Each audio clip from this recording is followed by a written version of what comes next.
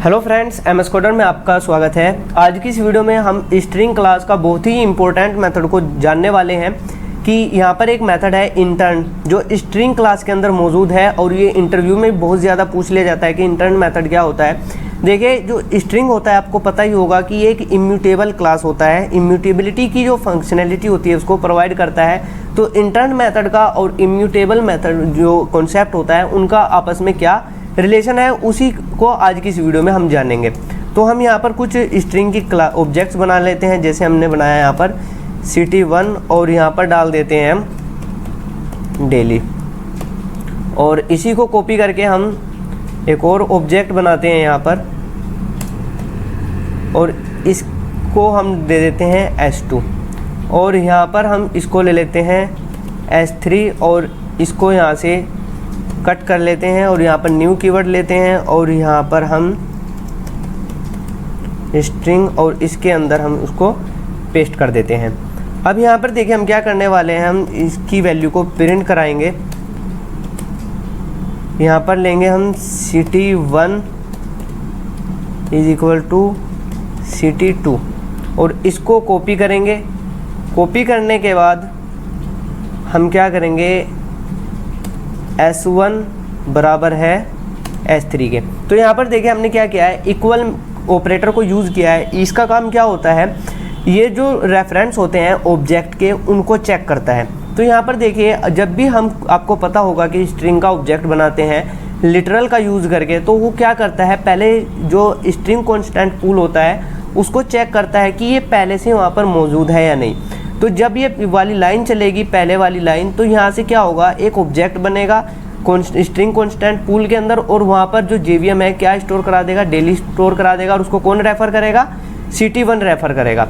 जब ये दूसरे वाली लाइन चलेगी तो कॉन्स्टेंट पूल क्या करे, जो JVM है वो पहले चेक करेगा स्ट्रिंग कॉन्स्टेंट पूल को कि वहाँ पर ये लिटरल पहले से मौजूद है या नहीं, तो उसको डेली वहाँ पर दिखाई दे जाएगा। तो ये नया ऑब्जेक्ट नहीं बनाएगा, C2 जो city2 है वही उसको ही रेफ़र करना स्टार्ट कर देगा। यानी कि इन दोनों लाइन से क्या होगा, एक ही ऑब्जेक्ट क्रिएट होगा स्ट्रिंग कॉन्स्टेंट पूल के अंदर और इन दोनों का जो रेफरेंस होगा वो बिल्कुल सेम होगा। तो जैसे ये वाली लाइन चलेगी तो यहाँ से क्या रिटर्न करेगा, ये ट्रू रिटर्न करेगा।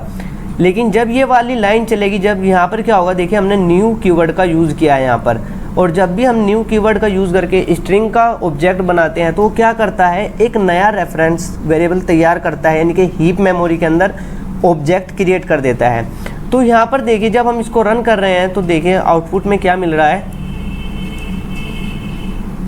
यहाँ पर देखिए पहले ट्रू मिल रहा है और दूसरे नंबर पे क्या मिल रहा है, फॉल्स मिल रहा है। पहले नंबर पर ट्रू इसलिए मिल रहा है क्योंकि जो city1 और city2 है वो एक ही ऑब्जेक्ट को रेफ़र कर रहे हैं, लेकिन यहाँ पर देखिए city1 दूसरे ऑब्जेक्ट को रेफ़र कर रहा है और city3 जो है वो दूसरे रेफरेंस को रेफ़र कर रहा है, यानी कि दूसरे ऑब्जेक्ट को रेफ़र कर रहा है। क्योंकि जो city3 है वो कहाँ पर बनाया गया है ऑब्जेक्ट, जब भी हम न्यू कीवर्ड का यूज़ करके ऑब्जेक्ट बनाते हैं तो ऑब्जेक्ट कहाँ पर क्रिएट होता है, हीप मेमोरी के अंदर। तो हम ये चाहते हैं कि जो ये city3 का जो ऑब्जेक्ट हीप मेमोरी के अंदर बनाया गया है उसको हम वहाँ से उठाकर कहाँ पर डालें, कॉन्स्टेंट पूल के अंदर। तो उसके लिए हम क्या यूज़ करते हैं, इंटर्न मेथड को यूज़ करते हैं। इंटर्न मेथड का काम क्या होता है कि जो हीप के अंदर ऑब्जेक्ट बनाया हुआ है उसको उठाएगा और जो स्ट्रिंग कॉन्स्टेंट पूल है उसके अंदर उसको डाल देगा। तो यहाँ पर देखिए हम city3 से कॉल कराते हैं इंटर्न मेथड को और यहाँ से ये जो भी रिटर्न करेगा उसको हम city3 के अंदर ही डाल देंगे, city3 के अंदर हम डाल देते हैं। और अब की बार यहाँ पर देखिए अगर हम इस प्रोग्राम को रन करेंगे तो क्या होगा, यहाँ से तो हमको ट्रू मिल रहा था लेकिन यहाँ से फॉल्स मिल रहा था, लेकिन अब यहाँ से फॉल्स नहीं मिलेगा क्योंकि अब बार हमने क्या किया है, इंटर्न मेथड से जो हीप मेमोरी के अंदर जो ऑब्जेक्ट बना था city3 का उसको उठाकर हमने कहाँ पर डाल दिया है, स्ट्रिंग कॉन्स्टेंट पूल के अंदर, जिसको city1 और city2 क्या कर रहे थे, रेफ़र कर रहे थे। तो अब ये तीनों ऑब्जेक्ट क्या करेंगे, एक ही ऑब्जेक्ट को रेफ़र करने लग जाएंगे। तो इसको देखिए अब हम यहाँ पर रन करते हैं तो यहाँ पर देखिए दोनों से क्या रिटर्न हो रहा है, ट्रू ही रिटर्न हो रहा है। तो चलिए अब हम इसकी डेफिनेशन पढ़ लेते हैं ताकि हमारे और अच्छी तरह से समझ में आ जाए। It can be used to return string from memory if it is created by a new keyword।